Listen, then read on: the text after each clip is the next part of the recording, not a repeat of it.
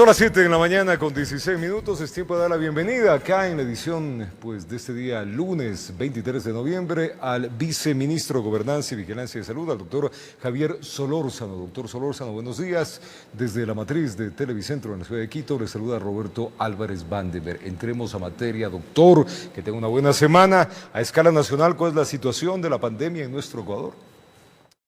Buenos días, Roberto. Qué gusto saludarle una vez más y lo mismo a su prestigiosa audiencia.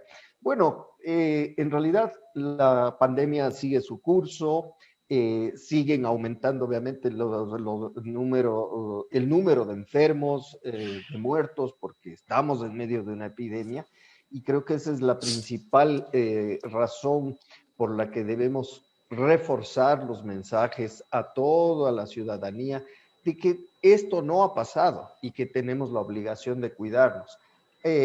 Al día de ayer, que son las últimas cifras que tengo, ya llevamos 185.643 contagios verificados con prueba PCR. Es decir, estos son diagnósticos certeros, de los cuales la buena noticia es que tenemos una alta recuperación, el 88,35%, es decir, casi 9 de cada 10 ya se han recuperado. Eso es alentador, que son 164.009 personas. Pero no por eso debemos dejar de cuidarnos, porque si no, aquellos que realmente enferman graves, que por fortuna es un porcentaje pequeño, pero la probabilidad de morir es alta, ¿no? Y así tenemos 8.804 muertes comprobadas con prueba PCR y 4.397 sospechosas con un diagnóstico clínico de PCR que no alcanzaron que no alcanzaron a hacerse la prueba PCR, pero que era indicativo de COVID-19. Entonces, tenemos esta situación que sigue su marcha. Entonces, tenemos asimismo, vemos que la mayor incidencia acumulada de casos, es decir, donde más se ha producido casos, es en Carchi, en Pichincha, en Pastaza, Morona, Santiago, Zamora, Chinchipe y Loja. Esas son las provincias donde en proporción a la población de cada provincia va creciendo. Un mayor número de casos. En las últimas 4 semanas, en el último mes, donde más ha crecido el número de casos es Tungurahua, Bolívar, Chimborazo, Cañar, Azuay y Pastaza. Entonces, no podemos relajarnos, no podemos pensar que ya todo pasó, porque no es así. O sea, tenemos todavía pandemia para rato. Y creo que deberíamos mirar un poco hacia atrás como lecciones aprendidas, lo que vivimos en Guayaquil, pero sobre todo lo más cercano, lo que están viviendo los europeos en este momento, que es el fruto de un relajamiento social, de no poner en consideración que el escenario de transmisión del virus es comunitario, está en todo lado, en todo el mundo. O sea, no hay ningún lugar en el planeta donde el virus no circule. Y si es que nosotros no tomamos las precauciones, nos vamos a contagiar porque es un virus bastante contagioso. ¿Hay peligro, doctor, de que tengamos una pandemia más fuerte de la que ya vivimos en los meses iniciales de este año? Sin duda que ese riesgo siempre existe, porque recordemos, Roberto, que el número de casos, el número de muertos, depende de cómo la gente se comporta. Si es que nosotros empezamos a ver cada vez menos gente que use mascarilla, menos gente que evite las aglomeraciones, menos gente que esté farreando, menos gente que tome precaución con las medidas de higiene y sobre todo los mayores riesgos, las concentraciones en sitios cerrados, o sea, los bares, discotecas. Sí, entendemos que la gente necesita también relajarse, pero no relajarse al nivel de contagiarse. O sea, para relajarnos podemos ir al parque, caminar, correr, todo lo que es actividad física de carácter individual es muy recomendable porque también fortalece el sistema inmunológico. Pero ir a bailar en un sitio cerrado donde sabemos que se aglomera la gente, donde se van a pegar los tragos, donde no van a usar mascarilla y donde con que una persona tenga el virus va a ser Estamos. suficiente para contagiar a todos los que están ahí adentro. Entonces, eso es lo que no debemos hacer para prevenir que haya brotes más grandes, porque seguimos aumentando los casos. Quito es un ejemplo de eso, ¿no? No hemos tenido nunca un brote explosivo, pero ha sido un crecimiento paulatino y es la ciudad del país que más casos tiene y representa más o menos 1 de cada 3 casos de todo el país se han dado en Quito. Pero ¿Por qué la población de Quito, no ha doctor? habido brotes.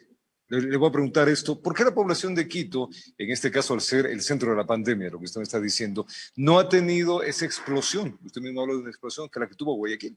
¿Cuáles son las diferencias? Bueno, una de las principales diferencias es que con la experiencia de Guayaquil nos permitió reaccionar de mejor manera y ya tuvimos un aprendizaje duro, durísimo y lamentable lo que ocurrió en Guayaquil.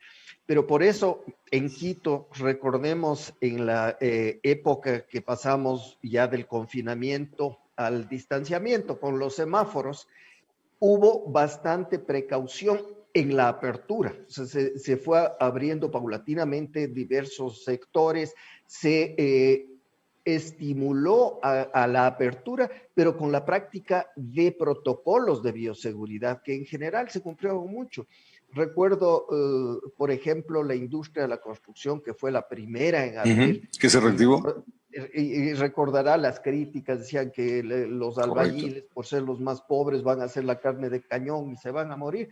Y por fortuna hemos tenido buenos resultados de la industria. ¿Fortuna o precaución? Pues fortuna es una cosa.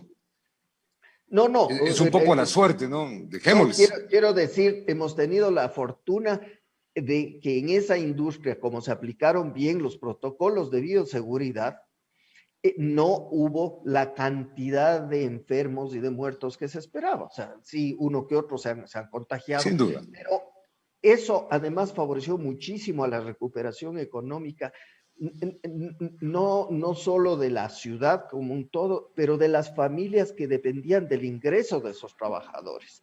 Y eso también ha sido importante porque esos trabajadores han tomado conciencia de la importancia de cuidarse, de protegerse y de ir a trabajar de forma ordenada. Entonces, ese es un primer factor. Después, cuando ya en el semáforo amarillo se fueron dando estas aglomeraciones, se hizo un trabajo importante de vigilancia comunitaria activa, identificamos las zonas calientes en la ciudad y se intervino.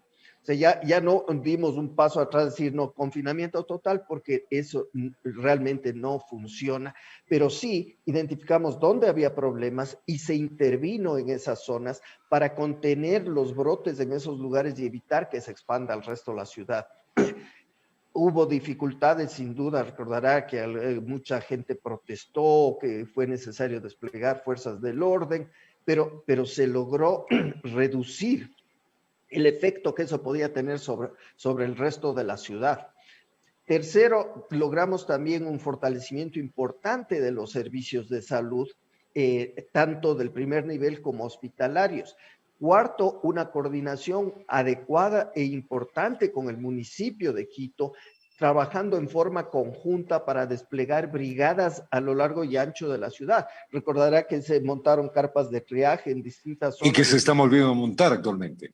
Sí, exacto, y se hizo identificación de casos, porque eso es lo que hay que hacer, identificar casos temprano, buscar esos casos para poder hacer el cerco epidemiológico respectivo, es decir, identificar a todos los contactos que la persona... O sea, de alguna manera, doctor, Quito hizo bien sus tareas y las sigue haciendo. Sin duda, y eso ha evitado tener brotes explosivos. Ahora, hay una parte de la población, doctor, que no identifica que esta es la peor situación de salud pública que se ha vivido en la historia. ¿Es así? Así es, así es. Y creo que lo que acaba de decir Roberto es muy cierto.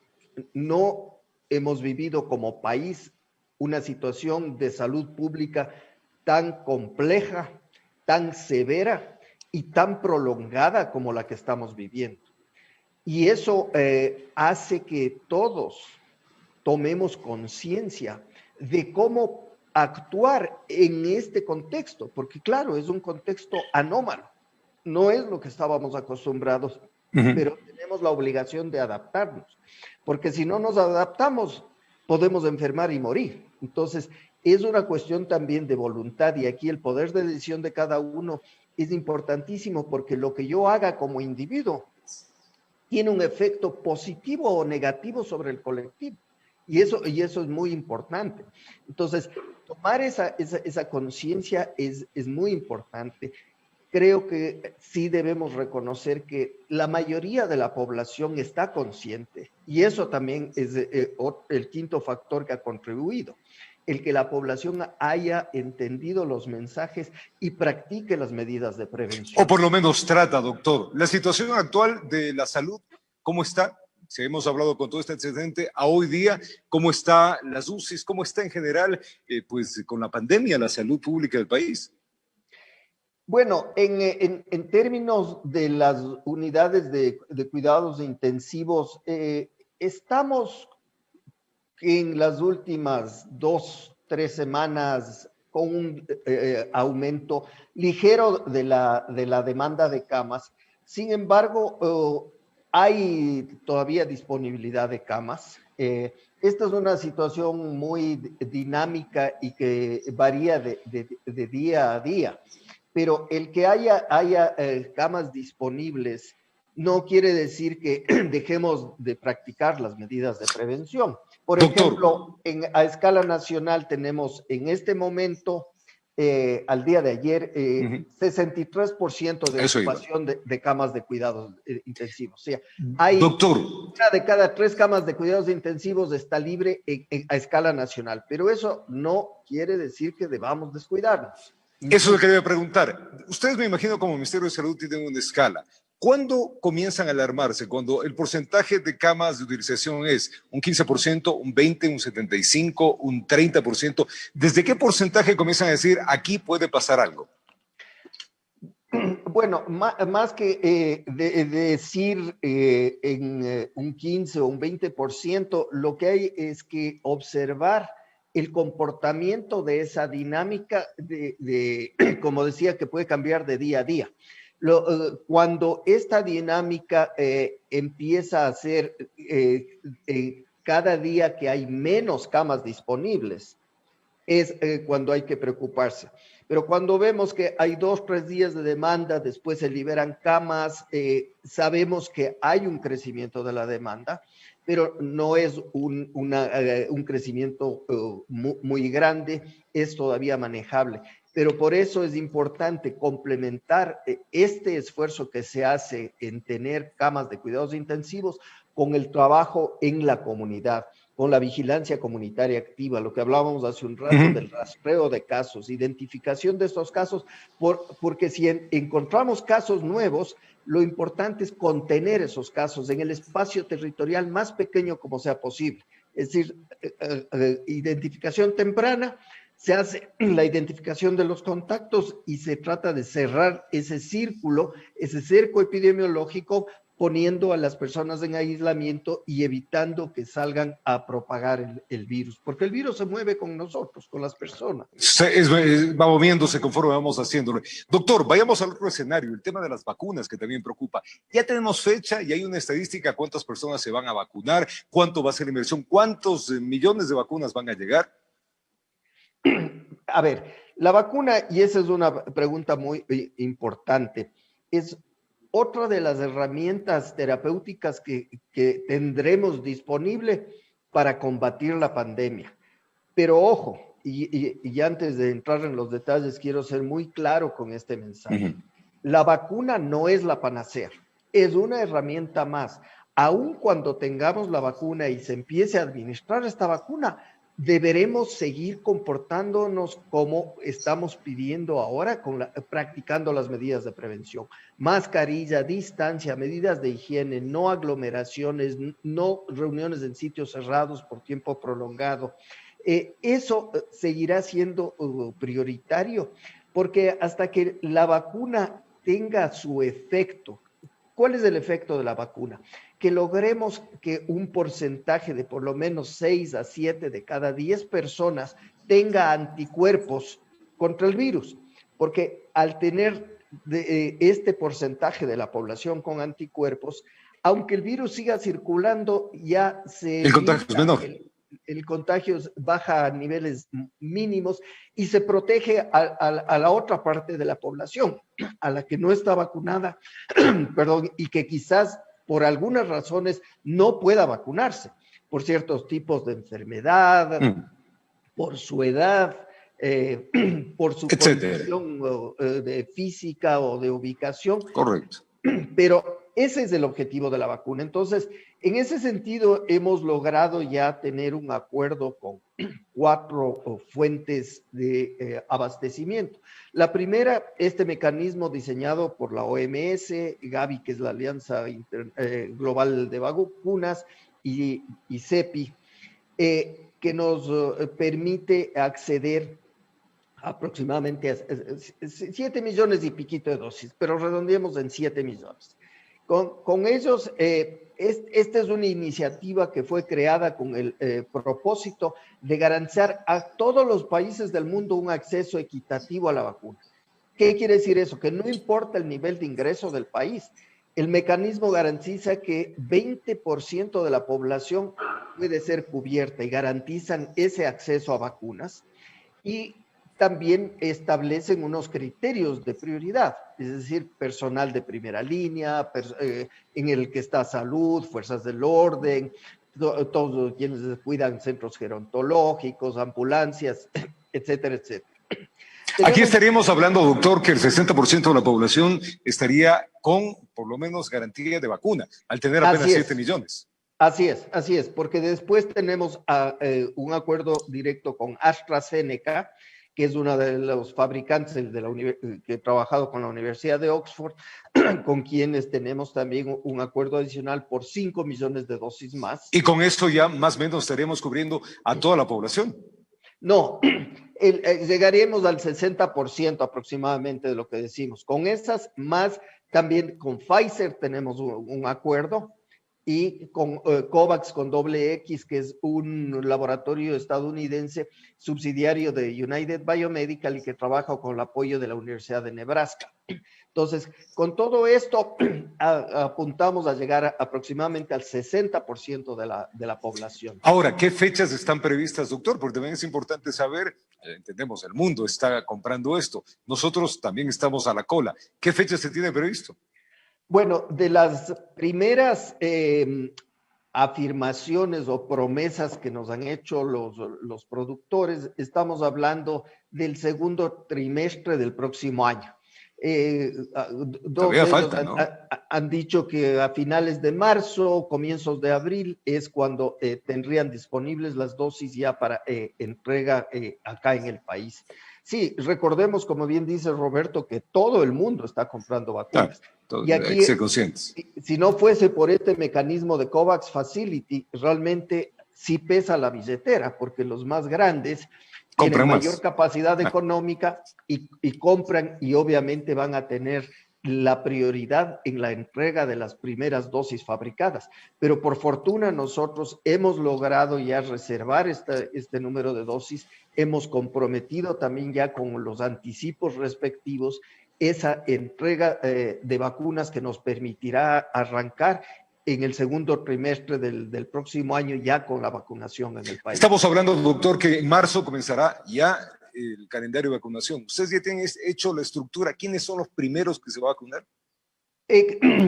Sí, tenemos eso previsto, como decía, el personal de primera línea, es decir, personal de salud, todo el personal que trabaja en hospitales, centros de salud, públicos y privados. ¿Y la población para cuándo? Ninguna distinción, todos son personal de salud, e incluido el personal administrativo que trabaja en estas unidades, o sea, personal administrativo, de limpieza, todo el personal. Entendible. Después fuerzas del orden, policías, militares, aquellos que trabajan en los centros de privación de libertad, personal que trabaja en centros gerontológicos, bomberos, ambulancias, el personal de los municipios que trabaja en recolección de desechos, ¿no? Que también es un personal que está... De alta contaminación, claro. Los agentes de tránsito, los policías municipales. ¿Todo eso nos tomará qué tiempo, doctor, para cuando llegue la población al común de los portales? Bueno, aproximadamente estimamos alrededor de 6 meses a 12 meses. O sea, estamos hablando que la población, doctor, de aquí a noviembre, recién la población en común tendrá su vacuna. Sí, así es, porque hay que empezar por los grupos estratégicos y después Sí, también, entendible. En esa escala está todo lo que es la cadena de alimentos, ¿no? O sea que necesitamos garantizar la producción, entonces toda la agroindustria, las cadenas de supermercados, el personal que transporta estos, entonces después también vamos con todo lo que es la educación, profesores de escuelas primarias, secundarias, universidades, y así progresivamente hasta llegar al ciudadano. En suma, doctor, lo que tendremos que hacer es seguir cuidándonos y pidiendo pues comprensión, colaboración y responsabilidad. No queda otra, doctor. Absolutamente. Esas son palabras muy prudentes, contundentes y comprometidas. O sea, todos debemos cuidarnos, porque si yo me cuido, cuido al resto. O sea, sí, claro. Y ese es doctor, el efecto positivo sobre nuestra familia, sobre nuestro barrio, sobre nuestro país. Sin duda. Gracias, doctor, por contarnos todos los datos, todo lo que está sucediendo con la pandemia, lo de la vacuna, que es indispensable, pero sobre todo los lineamientos que se mantienen con esta lucha que no solamente la tiene Ecuador, sino que tiene el mundo entero y que la población debe y necesariamente estar bien informada y comunicada adecuadamente. Doctor Javier Solórzano, el viceministro de Gobernanza y Vigilancia de Salud. Una buena semana, doctor. Muchísimas gracias, Roberto. De igual manera, un saludo cordial y siempre a las órdenes. Un abrazo grande. Tiempo de una pausa. Nosotros ya retornamos con más.